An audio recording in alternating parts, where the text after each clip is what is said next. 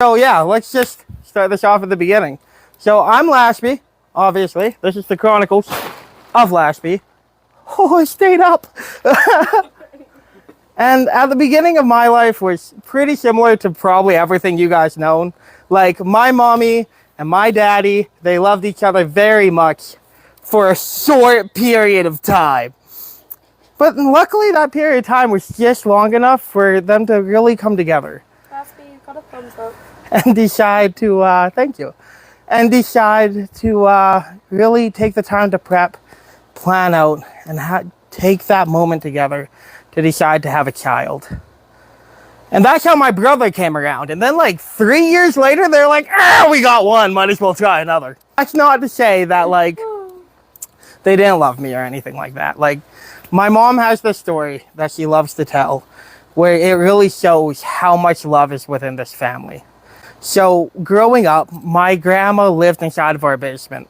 Now this basement was at the bottom of a long flight of stairs that went way up to the store. Now at the top of the store, there was a lock.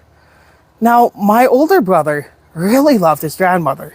So while my mom was out at the car trying to bring my dad something before he left for work, my brother was shaking that car. Shaking hard as he could. The car? The door. Shaking the door. That lock at the top. As hard as he could, until eventually he finally managed to slam it open. And when he slammed it open, he finally could go down and see our grandmother. So we started to run down those stairs, and when he ran down the stairs, the door opened behind him. And my mom came back in, and he knew he wasn't supposed to go down and see Grandma. So he ran right back up the stairs. And when he ran up, he hit into little Laspy. Now Laspy was in this little jumper thing. If you know what this is, it's a little thing that has like 4 little wheels on it, where like you can walk around and jump if you're a toddler. He hit into Laspy, and Laspy started to bounce towards these stairs. Slowly but surely, making his way down to Grandma, because Laspy also loved Grandma. Now, my mom runs in. My brother turns around, sees what happens, and he starts running behind me. And they're chasing me hard, because I'm bouncing towards the staircase. I want to go see Grandma. So I make my way, and I've got like one wheel going over the stairs. But luckily, they caught me. And by they, I mean a shoe at the bottom of the stairs after I tumbled down and hit every single flight on the way. Now, at this point, you might be sitting there thinking to yourself, that's where the lisp came from. No, it was here first, and I stand on that. You respect the lisp. I was dumb before anything happened. A couple learning disabilities? Probably. Probably a couple learning disabilities, because throughout school, I do this thing where I'd sit in a chair, I'd swing my feet, I'd rotate my back, and I'd chatter my teeth like this.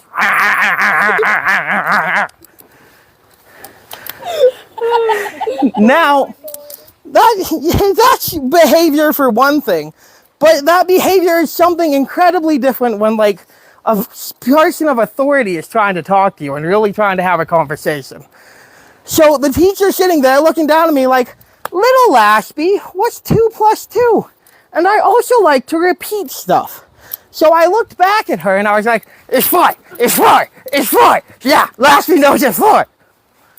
And she was looking down at me like, oh, yep, that's really good. Get the muzzle. But like that didn't actually cause me that many issues throughout school, believe it or not.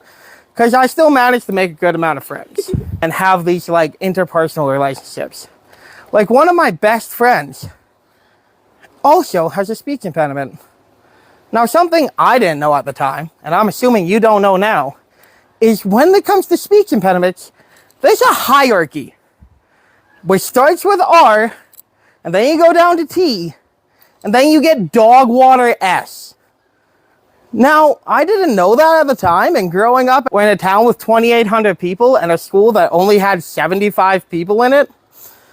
You know, I just thought that, like, the fact that everyone called my best friend, and was like, oh, he has an accent, we want to listen to what he says.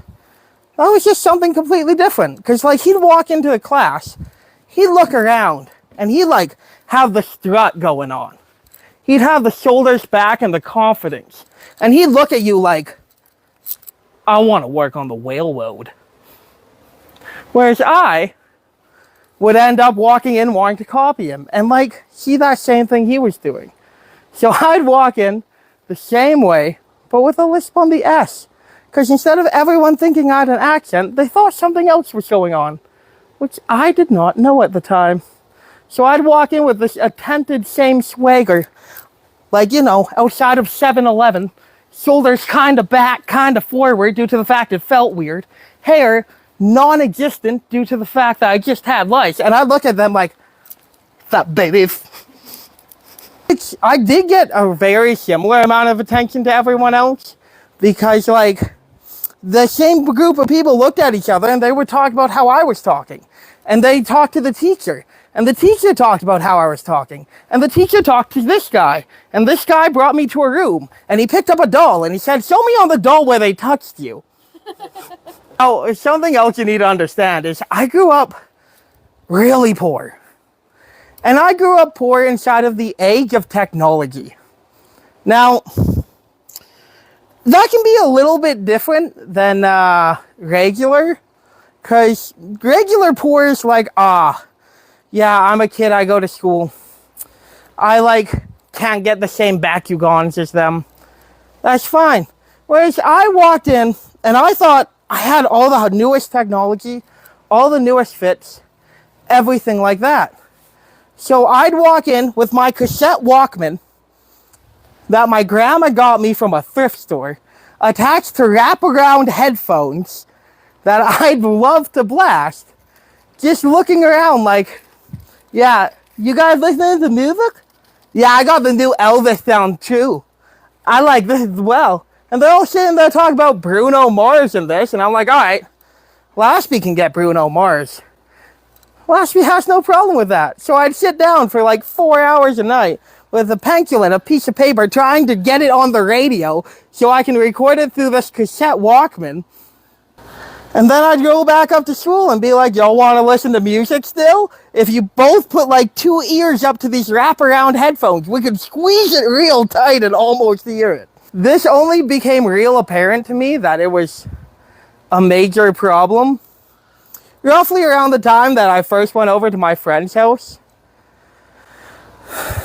Because when I went over there, I looked at him and he looked at me and he was like, do you want to watch a movie? And I was like, I could watch a movie. Yeah. And he's looking at me like, what kind of movies do you have? What kind of movies do you like? I've seen all the movies. We have them all on a little shelf in the back inside these little VHS cabinets. I have every movie. He's like, oh, have you seen Harry Potter? And I'm sitting here like, no. What's Harry Potter? What VHS is that on? And he's saying that like it's not on VHS. Here, we'll just sign into the screen, go into the cloud, and we'll start watching this movie. Now that threw me through a loop. Because he didn't even have to hit the little thing in the back to rewind this thing. He was just sitting there, looking at it, hitting buttons on a screen, and a movie was playing. Which led me to the only possible conclusion. And my mom got a phone call where I was crying, screaming, and yelling just in the phone call after watching 2 hours of Harry Potter, yelling at her, why did you raise me to be a muggle? Hey, Laspy. Yeah? Are people allowed to ask questions? Yeah, of course they're allowed to ask questions. Does anyone ask questions? No. Oh. I think she asked that. Good.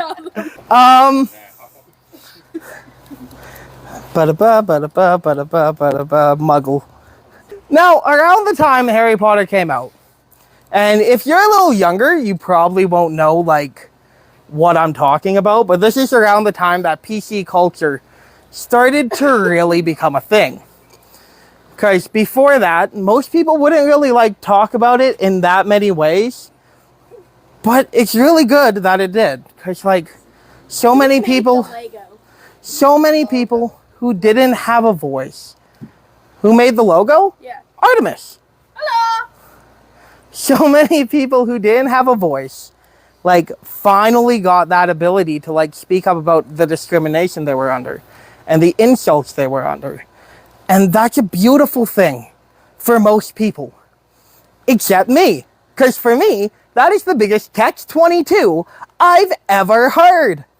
Because about the discriminatory word that I went through, the word that was used every day to call me down, to like make me feel like trash, is a word I'm not allowed to say to this camera, to use it as a discriminatory term for this. So, for the rest of this live, you will be hearing me use the word either rebarb or rhubarb.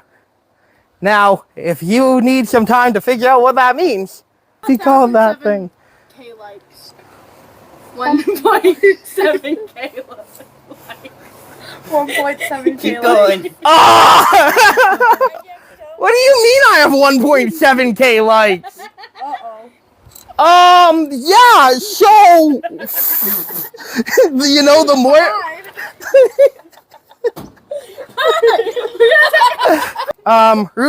rebarb. If you don't know what word I'm talking about at this point, after watching all of this, something's wrong with you. Now, along with this, came like a lot of like weird little problems throughout my life. Because I'd like walk into classrooms and walk up to everyone and they'd constantly look at me and they'd be like, "How's it going, rhubarb? How are you, rebarb? What's the little rebarb doing?" And it was so ingrained inside of my mind. And it was so in there that I was prepared at one point to go up to this girl. Now, this girl was a girl that I really liked, and I really wanted her to be in my life. Don't get me wrong, I was 7 years old, but I was pretty sure this was my forever person. As any wise 7-year-old does. So I walked up, and I looked at her. Well, I started to think about her. So I went to the store, and I had like $10 that my mom gave me for cleaning the house. So I took this $10, and I went off.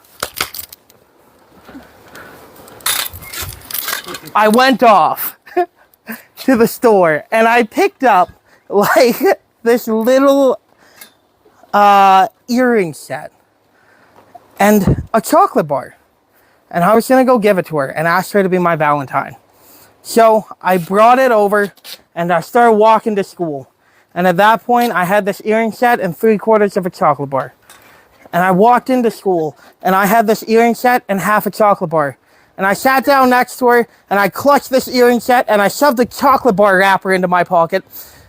And I looked at her and I was like, "What? Will you be my Valentine?" She looked back at me and I remember it. Her eyes were wide. She was so happy. I thought, in the moment at least, because she put up her hand to tell everybody. And she looked at the teacher and she's like, "Teacher, I need the rebarb muzzle." Now that one hurts now, but it didn't back then. Because back then, that's all I was called. It was part of who I was. I was a rebarb. I was a rhubarb. Everyone referred to me like that. To the point where whenever I went into my special ed class, that only happened during French, because I've already butchered one language, chances are they're not letting me try twice. When I went into that French class, they ended up looking at me. And like, I became the second coolest kid in that class. So I'd always walk in and open the door the same way. Every single day. Because when you are the coolest, like the second coolest out of 3 kids in a special ed class, that means something. So I walked in and I kicked this door down and I spread my arms the same way I always did. And I was like, "Sup, my rebarbs!" But this time was different.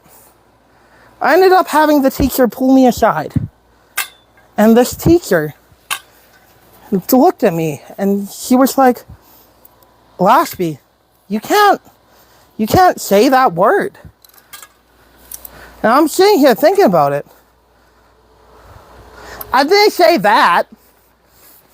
She looked at me like, no, like, you said a really bad word right there, and you can't say it. I'm sitting here like, lady, I may be a retard, but I'm not stupid. I never said the word it. Suddenly, she was taking me off to the principal's office.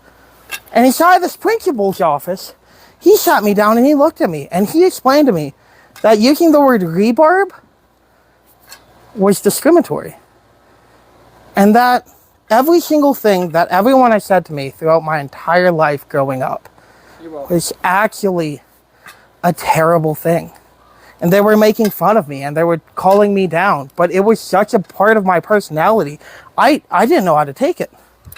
And I just ended up sitting there looking at him in complete silence. Like, you might end up thinking from that I started hating that school. I started to really dislike it. And I wouldn't say that. I genuinely did like it there. And I liked it so much that a few years later, me and my buddy Laspy ended up going back there. And when we went back there, we were going to go and look for my little sister and pull her out of school and walk her home. But that didn't happen. Now, that didn't happen for a very interesting reason. While we were walking around the school, after we'd spent all summer living off of gas station burritos and orange pop, I began to get a dwelling in my tummy. But I pushed it out of my mind and I didn't think about it. And we checked out the library, we checked out the gymnasium, we looked at the rebarb mask, we went to the computer lab, and then it really hit me. And I realized I had to drop something nasty, something fierce, something that only an entire summer of eating the most disgusting things could lead me to. And I was in an elementary school. So I had to make that mental decision in my mind. Is it worth destroying a young boy's entire self-image off of one bad poop? So we decided to go over to our friend's house that wasn't too far away. And we began walking. And a quarter of the way across the field, we started walking faster. And halfway across the field, we started jogging. And the last half of the field, I left my friend and I started sprinting. Because You said you look good in your suit. Because I knew that I was about to do something fierce. So I ran up to their house. I knocked, no answer. I grabbed the knob, no answer. I busted a window, someone yelled at me. It was just a whole big issue. So I then walked around back. Well, my friend was coming up. And I looked at him and I was like, listen, there's a shed out back. Inside of the shed, there's 2 fence posts. I'm going to go hide back there. Make sure nobody comes to the back of this house because I'm about to release the Kraken. So I made my way up and around. And on the way, I saw her dog locked up inside of this little doghouse. And I was like, okay, that's kind of neat. So I made my way around this little house. And on the side of the shed, I leaned up against it like a wall. I would show you, but unfortunately, something is not going right. So I'll use this instead. I just leaned up, squatted down, and hit this pose. Cane in hand and everything. Now, when I released it, something I didn't realize would happen was there was a little lip right underneath of me. Now, if you've never had this happen to you before, something that you will not know is that if you release liquid magma out of your butthole, and it can slide down the wall and hit a lip, it will create a waterfall effect. Luckily, while I was leaned up, my pants were around my ankles. Oh, God. This waterfall landed beautifully, perfectly, and symmetrically into my undies. Which then got all the way through my underwear and through my ankles. And I screamed. Loudly. Loud enough for my friend who showed up to realize, oh, something's going wrong, but I don't want to go over there. I know what I'll do. I'll send the dog. So he unclipped the dog, and the dog started to come over, which would have been real helpful if I was in a different situation. Unfortunately, I had my pants down, I had poopy in my ankles, and I had a fear of dogs. So this dog came around this corner, I went around that corner, screaming, trying to pull out my poopy jeans, until eventually my friend saw me squat walking away from this dog into the other shed. Now, when I got into this other shed, I thought about it and I was like, I can't go out like this. I have poopy ankles, and I don't really like the idea of that. So, I'm going to look around this shed. And it's dark inside this shed, but I find some random clothing, and I have no idea where it came from. So I pick up this clothing, and I start using it to wipe me down. Give myself a good little wipe. Then I find some more clothing, and it looks like it's going to fit me. So I put on these like Old Navy coveralls meant for toddlers, because it's the best I could find. And I'm prepared to leave. And when we go out and we start leaving, we meet up with my friend whose house it was. And they turned around and they asked me, why are you wearing the clothes that is supposed to go to the children's hospital? The clothes that I had just wiped my poopy ankles all over. Safe to say, we don't talk to that one anymore. Anyhow, inside of this situation, I think it really would have been good if we had the third amigo with us. Oh. Now, let me tell you about my friend Trizzle. Trizzle has this special little thing about him where he is way too smart for his own good. So the teacher would go around and start asking kids what they like made for show and tell. And she'd go to the first girl and she'd be like, what'd you make? And she'd look back and be like, oh, you know, I made an origami crane. And then she'd turn to me and be like, Laspy, what did you make? And I'd look at her and be like, I like put two sticks together and I put a rubber band in between. And now I can fire them at her. And she sat there and she was like, okay, yeah. And she went on to the next kid, who was Trizzle. She turned to Trizzle, and she was like, what did you make? And he turned back to her, and he was like, a live nail grenade that can go off at any moment. Don't sneeze too loud. It will kill us all. And the teacher's sitting there panicking, and she's looking back, and she's like, no. Why aren't you in your rebar muzzle? Now, this is to bring up a fun little story. To explain exactly who he is. He did this fun thing to me one Halloween. Now, I was sitting around, minding my own business, watching a movie that I always wanted to watch. And he ended up coming up to my house with our buddy, Raspy. So Trizzle and Raspy come over. And they look at me, and they're like, hey, you want to go out? Okay. And I'm saying, here like, no, sorry, I can't go out. I really want to watch this movie that I heard so much about. And they were like, okay, we'll leave and not get up to too much trouble. So they get up, and they leave. And roughly 5 minutes later, they're running back through the door. And I'm looking out the window, and I'm seeing this wave of red up the street. And I'm so confused. They bust through my door, and they're looking at me like, you need to hide us. And I'm sitting there looking back like, why?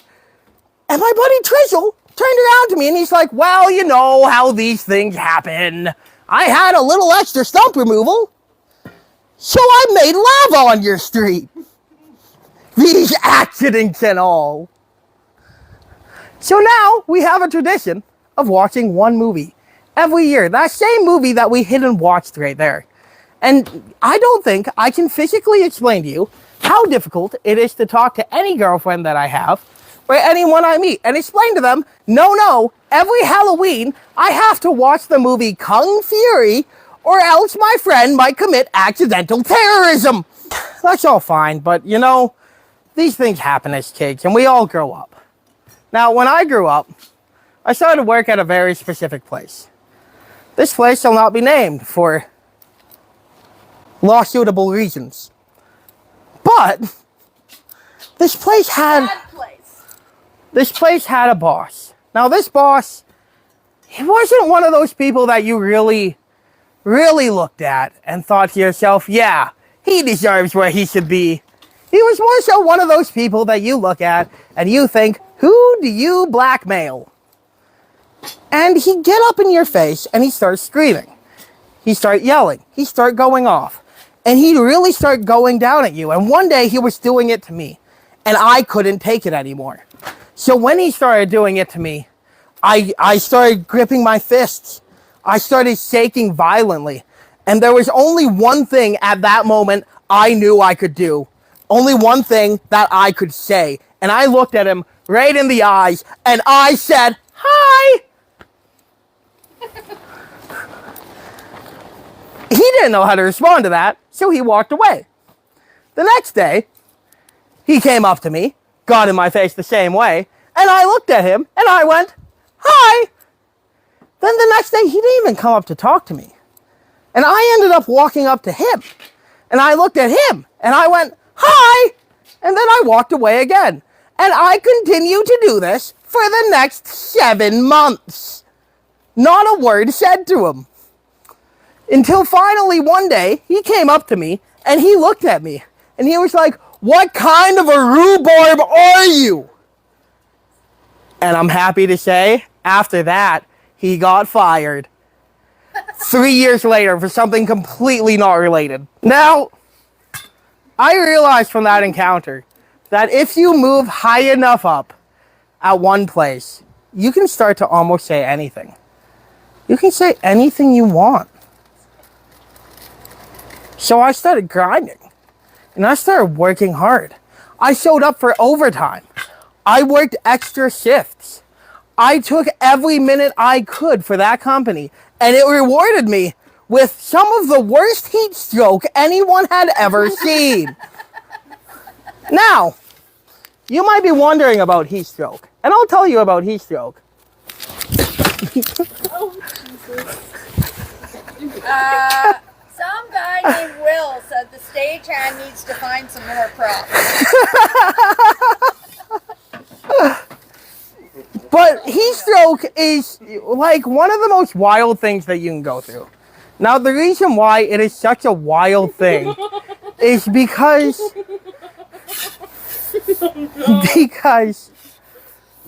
you never really understand what it's like to be on it until you're truly on it. And when that happens,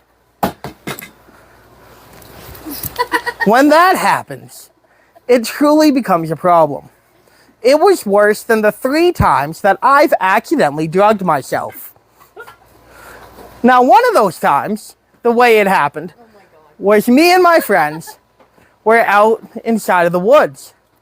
And we stumbled across an abandoned grow-op. Well said, now we're cooking. Now, with this abandoned grow-op, they do this thing where they cut off all the leaves of plants. So when they cut off all the leaves of these plants, they'll stick it into a black bag. And when they stick it into these black bags, what they do is they just tie it up and throw it anywhere. So they threw this anywhere. And when they did, they really took the time to make it cut up super nicely.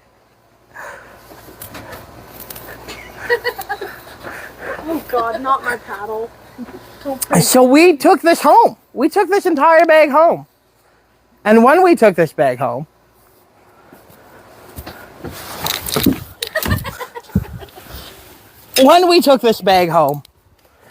we started to think, you know what? Something that Laspy can do, because his mom has really bad fibromyalgia, is Laspy knows how to make brownies out of this stuff. So we took the time to cook off all the ingredients that we desperately needed. And when we cooked off all these ingredients, it all lined the bottom of a pan. And we used that pan to make the brownies. Now, the next day when I showed up,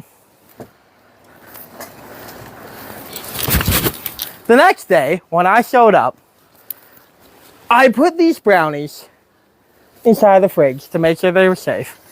And when I did that, our other buddy, Logo Pogo, was off inside of the background.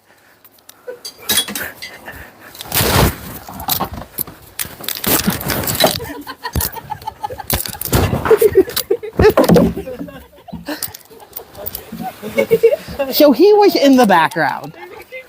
And while he was in the background, he started to eat these brownies. And he'd eat 1 brownie. And he'd eat 2 brownie.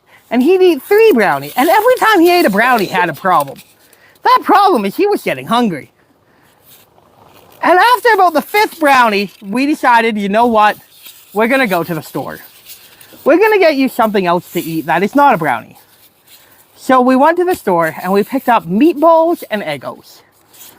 We brought them back to the house. We cooked them all up and we ate them. Now Raspy only wanted meatballs.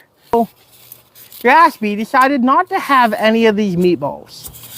And because he did not go through the next few minutes. Because he started to sit there and look at us. And when he looked at us, he saw us just kind of losing it, really. Kind of looking around confused and kind of scared. And while we were confused and scared, he began to wonder what was going on. Just like you are right now. Because we were looking at the ceiling and we were looking at the walls and we were looking at everything and they were changing color. They were moving shapes. And it took us roughly 20 minutes to figure out that the reason everything was happening was that same pan that we cooked stuff on before was the same pan that we had cooked all of that stuff onto. So because of this, both of us were just gone. The thing about heat stroke is it was so much worse than that last thing I just told you about and everything you just saw. All of this makes a lot more sense if you have it. Now, when I went through it and I went down with it, it was really bad. Like, to the point where the company looked at me and they realized the only thing that they could do with me. Take me home, lie me in bed, and hope I don't talk to the hospital. So when they did that, I was brought home. I'm waiting for the camera to come back. Okay, I was brought home. And I was laid down. But I got up. Because I really wanted some meatballs. So I went to just go and make up some meatballs. Now, Raspy was also coming up and over. Because he heard about what I was going through and he wanted to be a friend. So when he opened the door, him and I were in 2 very different areas. Because I was sitting there, and I had my theme music playing. I was holding a sword on the cliffs against the edge, like da-na-na-na-na-na-na-na. Across from me was this face-stealing monster. And this face-stealing monster was looking back to me, and he had Raspy's face. And he was a pile of plates. And I didn't know what was going on. And I looked at it, and I was like, I'll kill you, but you're my friend. And he was looking back at me like, would you take me out just for meatballs? And I was looking back at him like, this is my stand, this is my time. I can't hurt my friend. But then, like a glowing beacon of hope, the actual Raspy ascended in from the sky, slowly but surely looking at me. And I asked him, Sir Axolot, are you made of plates? Hell, busy. Now, when he turned around and he explained to me, no, I am not made out of plates, Laspy took his final stab and he killed the face-stealing menace. Apparently to Raspy, what he saw when he opened that door was me crying my eyes out, holding a kitchen knife, looking at him like, are you plates? And when he said no, I stabbed him through this entire tray of plates. Personally, I think that he owes me thank yous for saving him from that machine. I remember saying I wanted to do a stand-up comedy thing, and my sign keeps falling, things keep appearing. My drip just gets swaggier, truly. But this is not a branded stream. If it was, I think that they would fire me. Y'all want to see a kickflip? You are very funny. You should do this more often. Chest press, Chris. Will said Shane got shorted.